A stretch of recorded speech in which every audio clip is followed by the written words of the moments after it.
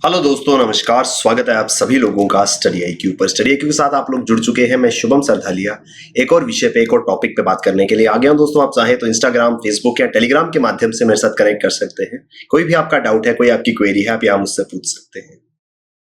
दोस्तों, हम बात करने वाले हैं कृषि क्षेत्र में एक सेंसर बेस्ड इरिगेशन सिस्टम जो है वो लाया गया है। सेंसर के आधार पर सिंचाई जो है वो की जाएगी। इससे पानी की काफी ज्यादा बचत होगी। तो ये चीजों को जो है हम विस्तार से समझेंगे।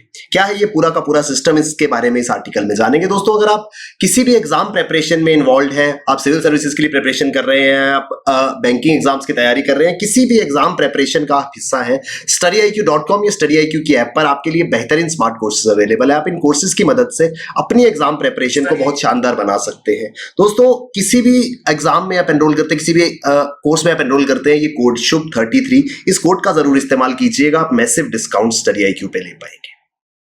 तो हाल ही में एक सेंसर बेस्ड इरिगेशन सिस्टम जो है वो शुरू किया गया है गोवा के अंदर।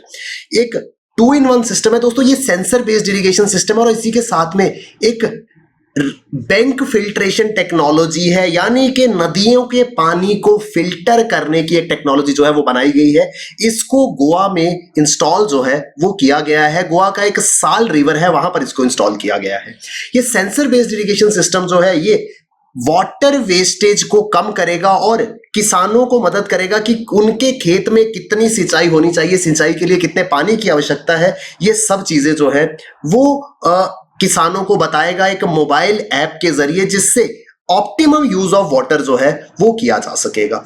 इसके अलावा दोस्तों, एक रिवर वाटर फिल्ट्रेशन सिस्टम है, जिसमें नदियों के पानी को फिल्टर करके जो है इस्तेमाल किया जाएगा। इसका क्या महत्व है ये हम आगे समझेंगे। पहले बात करते हैं सेंसर बेस्ड इरिगेशन सिस्टम की। तो ये सेंसर बेस्ड इरिगेशन सिस्टम क्या है? यहां पर कुछ सेंसर जो है वो खेतों में लगाए जाएंगे, जो मिट्टी के अंदर मॉइस्चर को जो है वो कैलकुलेट करेंगे कि जमीन में कितनी नमी है।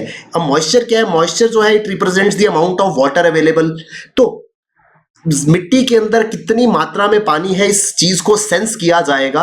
और जब एक ऑप्टिमम लेवल से मॉइस्चर कम होगा, उसी समय वाटर मोटर जो है वो चलाई जाएगी। यानी कि अभी नॉर्मली क्या होता है कि किसान को जब समय टाइम लगता है, वो अपने खेत में जाता है, वो पानी की मोटर जो है वो चला देता है और घंटों तक वो पानी चलता रहता है। बहुत बार ऐसा होता है कि खेत को पानी की जरूरत भी नहीं थी, लेकिन किसान को अब मालूम नहीं है कि किस समय खेत को कितने पानी की जरूरत है। तो ये सारी की सारी चीजें जो है वो सेंसर से मॉनिटर की जाएंगी। सेंसर अपने आप देखेगा कब पानी की जरूरत है, मोटर चालू होगी, और जैसे ही एक bare minimum level of moisture दोबारा से मिट्टी में आता है, मोटर जो है वो अपने आप बंद हो जाएगी। यहां पर मॉइस्चर लेवल जो है उसको सेंस करेगा, उसको इवैल्यूएट करेगा। ये पूरा का पूरा सिस्टम, मॉइस्चर लेवल कम हुआ, पानी चलना शुरू हो जाएगा। जैसे ही मिनिमम मॉइस्चर लेवल आया, पानी बंद हो जाएगा। यानी कि अब किसान को वहां रह करके बार बार पानी देने की जरूरत नहीं है, और साथ ही साथ जब जरूरत होगी उस ही हिसाब से पानी जो है वो खेत को लगेगा। इससे क्या होगा दोस्तों? ज्यादा पानी के कारण इरोजन होता है, जिससे जो फर्टिलिटी है वो कम होती है। तो इरोजन यहां पर नहीं होगा, तो जो सॉइल क्वालिटी है, जो गुणवत्ता है मिट्टी की, वो बनी रहेगी,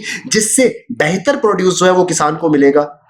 इस सिस्टम से पानी का तो बचाव हो ही रहा है, साथ ही साथ किसान का टाइम भी जो है वो बच रहा है, क्योंकि अब किसान को समय समय पर खेत में जाने की जरूरत नहीं है, वहां जाके पानी देने की जरूरत नहीं है। जितने टाइम समय तक पानी चलता था, किसान को वहीं रहना पड़ता था। ये सारी की सारी चीजें अब जो है वो ऑटोमेटिक तरीके से हो जाएंगी। अब किसान या जो दिहाड़ी मजदूर था, जो अभी तक ये काम कर रहा था, वो इस काम से जो है वो फ्री हो गए हैं। तो ये एक्स्ट्रा टाइम जो उनके पास है वो किसी और काम में लगा सकते हैं। यानी कि अब उनको खेत में रह करके पानी की टेंशन नहीं लेनी है, सिंचाई के लिए अपना समय नहीं देना है। तो इस समय में वो जाकर के मार्केट में अपना प्रोड्यूस बेच सकते हैं। इससे लेबर इनपुट जो है वो भी कम होगा, किसान को फाइनेंशियली भी हेल्प मिलेगी, और साथ ही साथ मोस्ट इंपॉर्टेंट चीज वाटर कंजर्वेशन जो है वो भी यहां पर होगी। तो ये एक काफी ज्यादा इनोवेटिव तरीका है, जिससे सेंसर बेस्ड इरिगेशन सिस्टम जो है वो लगाया जाएगा। इस सिस्टम को इंप्लीमेंट किया जा रहा है the energy and resource institute in collaboration with national institute of technology Goa, और इसको सपोर्ट किया जा रहा है overall department of science and technology Bharat सरकार के द्वारा। तो काफी ज्यादा इनोवेटिव सा ये एक सिस्टम जो है वो गोवा में इंप्लीमेंट हुआ है। इसी के साथ में इस तरीके के मॉडल को जो है वो अलग अलग इलाकों में इंप्लीमेंट किया जाएगा। दोस्तों इस सेंसर बेस्ड इरिगेशन सिस्टम के साथ एक दूसरा सिस्टम है जिसका नाम है रिवर बैंक फिल्ट्रेशन।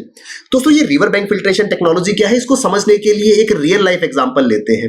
दोस्तों आपने कभी नोटिस किया है, आप नदी का पानी जो है उसको डायरेक्टली नहीं पीते हैं। कभी आपने देखा है कि नदी से पानी ला करके आपको घर वालों ने कहा इसको पी लो, नदी के पानी को पीने से घर वाले मना करते हैं। लेकिन दूसरी ओर जब पानी वेल का होता है, कुएं का होता है, तो कुएं से निकले हुए पानी को डायरेक्ट आप पी सकते हैं, उसको प्योर माना जाता है। भैया पानी तो दोनों ही जमीन से आ रहे हैं, नदी का पानी भी है और कुएं का भी है, तो दोनों के बीच में क्वालिटी डिफरेंस क्यों है? दोस्तों दरअसल कुछ नेचुरल प्रोसेसेस से क्या होता है कि नदी का जो सरफेस वाटर है वो जमीन के अंदर, ग्राउंड के अंदर सीप इन करता है और जमीन के अंदर मूव करते हुए नेचुरल फोर्सेस के कारण उस पानी की जितनी भी इंप्योरिटीज हैं वो धीरे धीरे खत्म हो जाती हैं और सरफेस से ये पानी जब तक जमीन से होता हुआ कुएं तक पहुंचता है, ये पानी पूरे तरीके से प्योर हो चुका होता है। यानी कि अब हमारे पास बिल्कुल प्योर वाटर जो है वो मौजूद था। दोस्तों इसी नेचुरल प्रोसेस को टेक्नोलॉजी की मदद से रेप्लिकेट किया जाएगा इस रिवर बैंक फिल्ट्रेशन के साथ में। यहां पर कंट्रोल इरिगेशन है और रिवर बैंक फिल्ट्रेशन टेक्नोलॉजी है। रिवर बैंक फिल्ट्रेशन टेक्नोलॉजी क्या करेगी, ये किसी भी रिवर या लेक के किनारे पे पानी को जो है वो इकट्ठा किया जाएगा और जिस तरीके से प्राकृतिक प्रोसेसेस से, नेचुरल प्रोसेसेस से पानी प्योर होता है, उसी तरीके से अब लेक्स और रिवर्स का पानी भी जो है वो प्योर होगा। ये एक इनएक्सपेंसिव मीन है जिससे पानी में से कंटेमिनेंट्स जो हैं वो रिमूव किए जा सकते हैं। नदी का या झील का पानी हो, उसमें जो सस्पेंडेड पार्टिकल्स हैं, जो माइक्रोब्स हैं, इन सभी को हटाया जा सकता है, क्योंकि इन सभी को हटाने के बाद पानी की क्वालिटी जो है वो बहुत बेहतर हो जाती है और इस बेहतर क्वालिटी के पानी का इस्तेमाल जो है वो किसान अपनी इरिगेशन रिक्वायरमेंट्स के लिए करेगा। अब उसके पास प्योर वाटर जो है वो मौजूद है, इसका इस्तेमाल वो इरिगेशन में करेगा और इसका भी बिल्कुल ऑप्टिमम इस्तेमाल होगा। क्यों? क्योंकि सेंसर बेस्ड इरिगेशन है। तो ये दोनों ही चीजें जो है वो हाल ही में शुरू की गई हैं।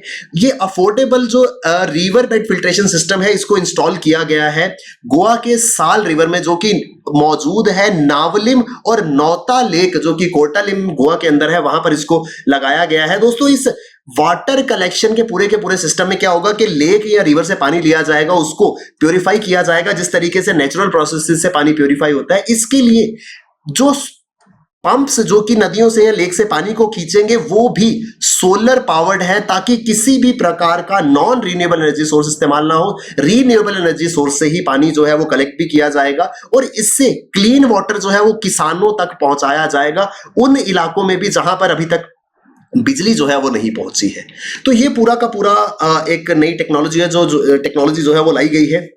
जरूरत क्या है दोस्तों, आपको अगर याद होगा कुछ दिन पहले हमने बात करी थी, एक आर्टिकल हमने डिस्कस करा था जो था प्रोडक्टिविटी ऑफ एग्रीकल्चर वाटर्स। दोस्तों भारत के अंदर इस्तेमाल किए जाने वाले पानी का मेजर पोर्शन या सबसे ज्यादा हिस्सा जो है वो इरिगेशन में जाता है। अगर उसकी इकोनॉमिक वैल्यू को देखें, जितनी कॉस्ट उस पानी के साथ में एसोसिएटेड है, तो उसको जब कंपेयर किया जाता है with the value of crop produced, हम सिंचाई करके सिंचाई से पानी जो है वो खेत में डालते हैं, उस सिंचाई के बाद खेत में फसल निकलती है, और जब हम कंपैरिजन करते थे उस फसल की वैल्यू का उस पानी की वैल्यू से, तो कहीं ना कहीं हमारी एग्रीकल्चरल में जो इरिगेशन प्रोडक्टिविटी है वो बहुत कम थी। इरिगेशन स्टैटिस्टिक्स की अगर हम बात करें तो भारत दुनिया के उन देशों में आता है जो वाटर स्ट्रेस्ड नेशंस है। यहां पर पानी की कमी जो है वो एक पेनफुल रियलिटी है और यहां पर बहुत सारे इलाके ऐसे हैं जहां गर्मी के समय में पानी पूरी तरह से सूख जाता है। भारत के अंदर प्रति व्यक्ति जो जल संसाधन मौजूद है, दे आर 1080 क्यूबिक मीटर्स, यानी कि एक व्यक्ति के लिए जो जल संसाधन मौजूद है उस हिसाब से एक व्यक्ति के हिस्से में वॉल्यूम में 1080 मीटर क्यूबिक पानी जो है वो आता है, जबकि ग्लोबल एवरेज जो है वो 5732 की है। यानी कि ग्लोबल एवरेज जो है वो हमारे पास वाटर अवेलेबिलिटी से 5 गुना ज्यादा है। तो इस 5 टाइम्स की जो हमारे पास कमी है, इसको फुलफिल करने के लिए हमको ऑप्टिमम यूटिलाइजेशन करनी होगी। भारत जो है वो it ranks second globally in farm production and output, जिस वजह से भारत के अंदर कृषि उत्पादन बहुत ज्यादा है और कृषि के लिए सबसे क्रिटिकल रोल जो है वो वाटर का है एग्रीकल्चर सेक्टर में। इस वजह से पानी हमारे पास ऑलरेडी कम है और हम साइमल्टेनियसली उस सेक्टर में सबसे आगे है जिसमें पानी की आवश्यकता सबसे ज्यादा है।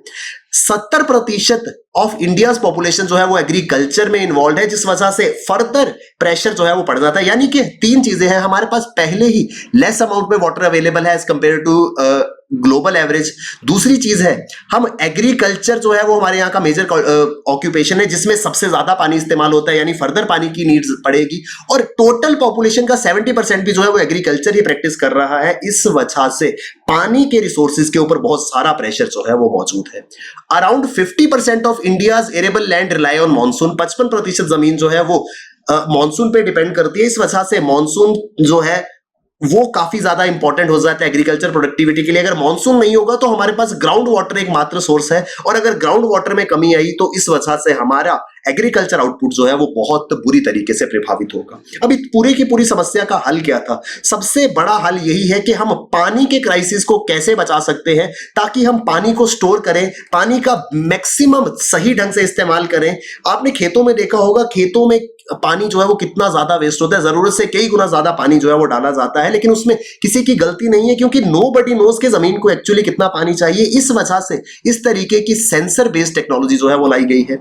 अब मोर एफिशिएंट इरिगेशन टेक्नोलॉजीज की जरूरत थी। वाटर हार्वेस्टिंग जो है वो होनी चाहिए। हमने बात करी थी पर ड्रॉप मोर क्रॉप की, स्प्रिंकलर इरिगेशन की, जहां पर बेयर मिनिमम पानी जो है वो इस्तेमाल किया जा सके।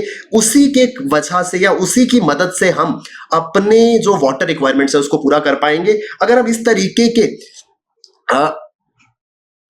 जो इरिगेशन मेथड्स है उनको अपनाते हैं तो हम अपनी सरफेस इरिगेशन जो है उसको इंप्रूव कर सकते हैं 50-60% तक, जो करंटली 35 से 40% है। और ग्राउंड वाटर यूटिलाइजेशन हमारी इस समय 65 to 70% है, इसको हम इंप्रूव कर सकते हैं 70 to 75% यूजेज के साथ में। तो इस वजह से हमको जरूरत है ऑटोमेटिक इरिगेशन की। क्या इसकी जरूरत है दोस्तों? ऑटोमेटिक इरिगेशन से सबसे पहले क्या हो रहा है, पानी बच रहा है और साथ ही साथ बिजली जो है वो बच रही है, क्योंकि पानी का तो इस्तेमाल हो ही रहा था। पानी आता कैसे था? मोटर पंप से। मोटर पंप किससे चलते थे?